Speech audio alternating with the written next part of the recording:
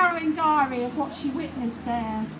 I'm going to read you 3 extracts from her diary, but just in case anybody that stopped to listen thinks she's over-emotional or over-dramatising, I'm going to follow her words with the words of Huntingdon Life Sciences technician own observations during a 5-month-long inhalation toxicology experiment. Inhalation toxicology causes extreme sickness and suffering in any animal that has to undergo it. In the case of the dogs, they're forcibly restrained in a stereotaxic device, a mask is strapped over their faces, and then poisonous gases, many hundreds of times greater than you or I would ever be exposed to, are pumped into their tiny bodies. Their suffering, their stress, their sickness, and their agonising death is then merely watched and recorded. No veterinary intervention is given. I'm now going to read you the words from Michelle Rock's diaries. I cleaned her on 918. I went to transfer the first group of 4 dogs to the exercise cage and noticed she was twitching. She seemed disorientated and acted as if she couldn't see. Every few seconds her head would jerk violently to the side. I put her in the cage alone and went to tell Walter, the supervisor. He looked at her and said it wasn't good. By now, she was paddling her feet and walking into the cage door as if it wasn't there, or she couldn't tell her feet to stop walking. She continued to twitch and jerk.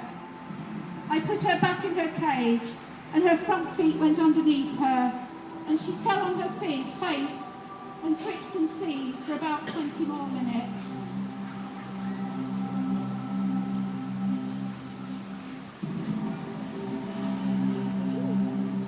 Dog number 4266 was having a hard time. He'd been lying motionless in his cage all afternoon, not even getting up when someone entered the room. He would just wag the tip of his tail weakly when I stopped to look at him. I brought him to the ECG table and told Lisa and Yayo, this guy doesn't look too good. I think he's on his way out. Neither of them responded, hooking him up just as they had the others. While I held him, waiting for the procedure to begin, he pressed his nose into my neck and grunted miserably, a noise that sounded like a sigh and a moan.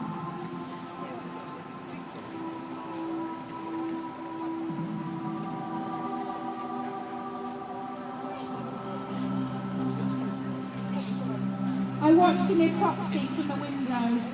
A puppy from 3335 was completely cut open from neck to groin, his ribcage exposed. I saw the dog throw his head back and howl.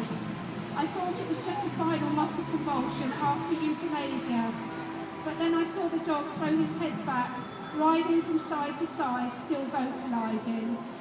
His last writhing head throw happened when the person doing the necropsy sliced through his leg muscles.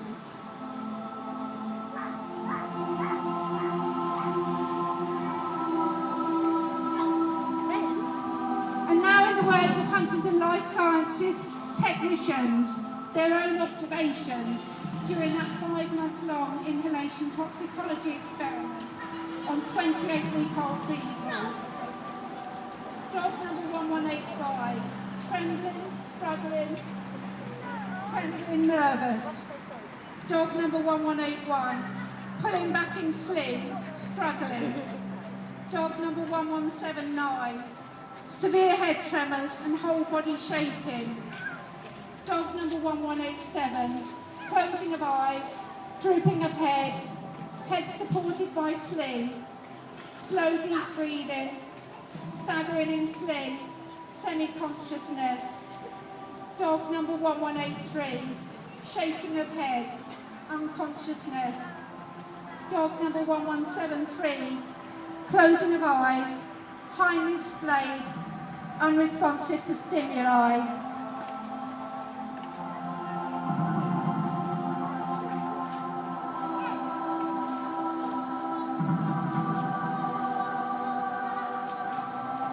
Finally, an experiment for food colouring used for colouring the flavour flesh of salmon and trout and used in suntanning pills. Again, the technicians' observations were lethargic, hair standing on end, swollen necks and abdomens, fitting, large amounts of blood in their cages, bright red feces and urine. The substance being tested was considered so toxic that cleaning staff had to wear oxygen suits, and a technician described the dogs as rotting but still alive.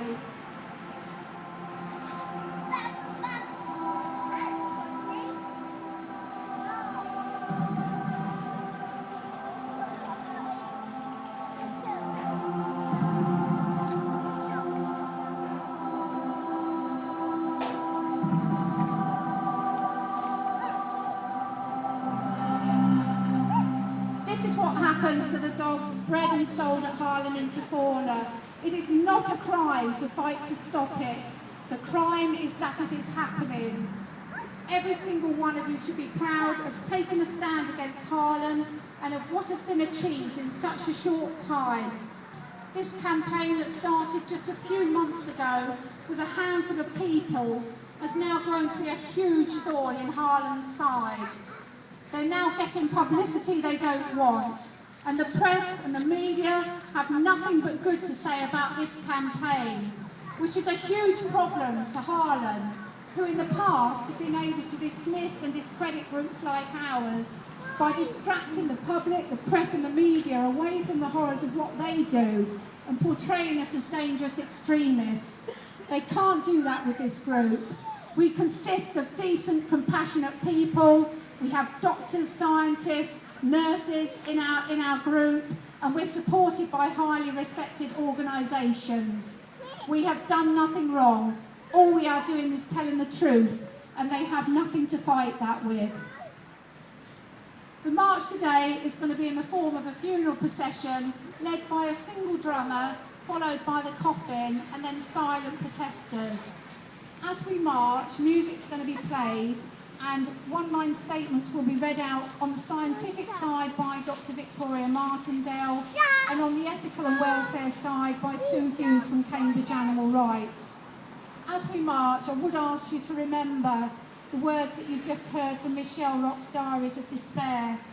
Remember that while we're standing here, 12 dogs are dying or have died in a UK lab today, alone and suffering. And remember the thousands of dogs and millions of animals that die every single year in the UK. The aim of today is to really publicise what's going on at Harlan and get as much support for this campaign as we can. So we really want to be friendly and approachable. None of us came out of the womb as ready-made banner-carrying protesters. We're here today because someone gave us a leaflet, or we read or saw something that opened our eyes and hearts to the suffering of lab animals. Now, I know a few of you did want to chant, but we think that on this occasion, the whole theme, the coffin, the silence, the music, the words being read out will be far more effective than 1,000 chants. So if I could ask you, just on this occasion, for the next 2 to 3 hours in your lives, for the Harlan Beagles, to remain silent, dignified and focused. Right, Italy. Greenhill. Couldn't let today go by without mentioning, applauding and saluting those wonderful activists in Italy involved in the Greenhill campaign.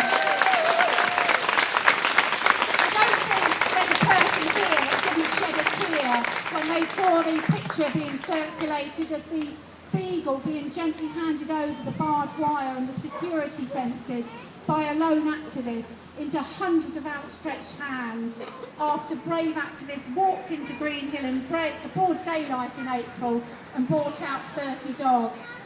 And of course, since then, due to the campaign and due to those activists, but also due to the fact that 86% of Italians are anti-vivisection and supportive of the campaign, including the press and the media, which is exactly where we want to be with this campaign. Since then, Greenhill has been closed whilst it's investigated for animal cruelty, and 2,500 beagles have been freed. Yeah. So you have a message for those people involved in the campaign, some of which I'm proud to say are standing with us today. And please excuse my Italian, but ben fatto l'Italia, totale rispetto, ammirazione dal Regno Unito. Well done, Italy. Total respect and admiration from the United Kingdom. Bravo, Italia. Right, fine. I think that's it, really. Again, thank you so much for coming. We couldn't have had today without you all. Thank you so much for continuing to fight, to end the pain, the suffering, the despair, the loneliness, the confusion of these dogs. There's no greater thing you can do in my book. And remember this, Italy believed they could close down Greenhill, and that's just what they've done. This campaign believes we're going to close down Harlan into fauna, and with your help, that's exactly what we're going to do.